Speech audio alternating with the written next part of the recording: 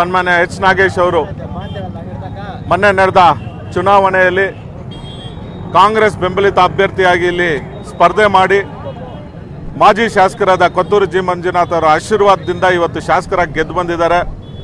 ಅವರು ಗೆದ್ದ ಈ 8 ತಿಂಗಳಾದಮೇಲೆ ಬಿಜೆಪಿ ಅವ್ರಿಗೆ ಬೆಂಬಲ ಮಾಡಿರೋ ವಿರುದ್ಧವಾಗಿ ಇವತ್ತು ನಾವು ಕಾಂಗ್ರೆಸ್ ಪಕ್ಷದ ಎಲ್ಲ ಕಾರ್ಯಕರ್ತರು ಮತ್ತು ಎಲ್ಲ ನಾಯಕರ ಒಗ್ಗೂಡಿಸ್ಕೊಂಡು ಇವತ್ತು ನಾವು ಈ ಪ್ರತಿಭಟನೆಯನ್ನು ಮಾಡ್ತಾ ಇದ್ದೀವಿ. ಅವ್ರಿಗೇನಾದರೂ ಮಾನ ಮರ್ಯಾದೆ ಇದ್ದರೆ ಇವತ್ತು ಅವರು MLA ಸ್ಥಾನಕ್ಕೆ ರಾಜೀನಾಮೆ ಮಾಡಿ ಇಂಡಿಪೆಂಡೆಂಟ್ ಆಗಿ ಕಂಟೆಸ್ಟ್ ಮಾಡಲಿ, ಇಲ್ಲ BJP ಕಂಟೆಸ್ಟ್ ಮಾಡಿ ಗೆದ್ದು ಬಂದರೆ ನಾವೆಲ್ಲರೂ ಸ್ವಾಗತ ಮಾಡ್ತೀವಿ. ಆದರೆ ಇವತ್ತು ಅವರು ಕಾಂಗ್ರೆಸ್ ಪಕ್ಷದ ಬೆಂಬಲ ಮತ್ತು ಕೊತ್ತೂರು ಜಿ ಮಂಜುನಾಥ್ ಅವರ ಬೆಂಬಲದಿಂದ ಇವತ್ತು ಗೆದ್ದು ಶಾಸಕರಾಗಿ ಬೀಗ್ತಾ ಇದ್ದಾರೆ.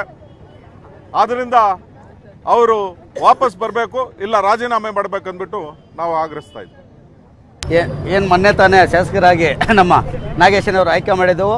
ಆ ಆಯ್ಕೆ ಮಾಡಿದ್ದು ನಮ್ಮ ಮುಳಬಾಗಿಲು ತಾಲೂಕಿನ ಕಾಂಗ್ರೆಸ್ ಕಾರ್ಯಕರ್ತರು. ಆ ಆಶೀರ್ವಾದ ನಮ್ಮ XMLA ಅವರು ಮಂಜಣ್ಣವರ ಆಶೀರ್ವಾದದಿಂದನೇ ನೀನು MLA ಆಗಿದ್ದು.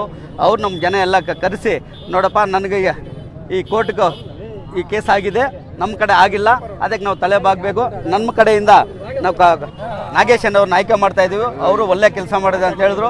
ಇವರು ನಾಗೇಶ್ ಅವರು ಅವತ್ತು ಏನು ಮಾತುಕತೆ ಆಯ್ತಂದರೆ, ನಾನು ಮಾದೇವಪುರದಲ್ಲಿ ಕಾಂಗ್ರೆಸ್ ಕಾರ್ಯಕರ್ತನಾಗಿದ್ದನು, ನಾನು MLA ಕ್ಯಾಂಡಿಡೇಟಲ್ಲೂ ನಮ್ಗೆ ಅಲ್ಲಿ ಸೀಟಿಗಿಲ್ಲ, ದಯವಿಟ್ಟು ನಾನು ಕಾಂಗ್ರೆಸ್ನವರು ಅಂತ ಜನಗೆಲ್ಲ ಹೇಳಿ ಮೋಸ ಮಾಡಿ ನಮ್ಮ ಕಡೆಯಿಂದ ಓಟ್ ಹಾಕಿಸಿ MLA ಆಗಿದ್ದಾರೆ.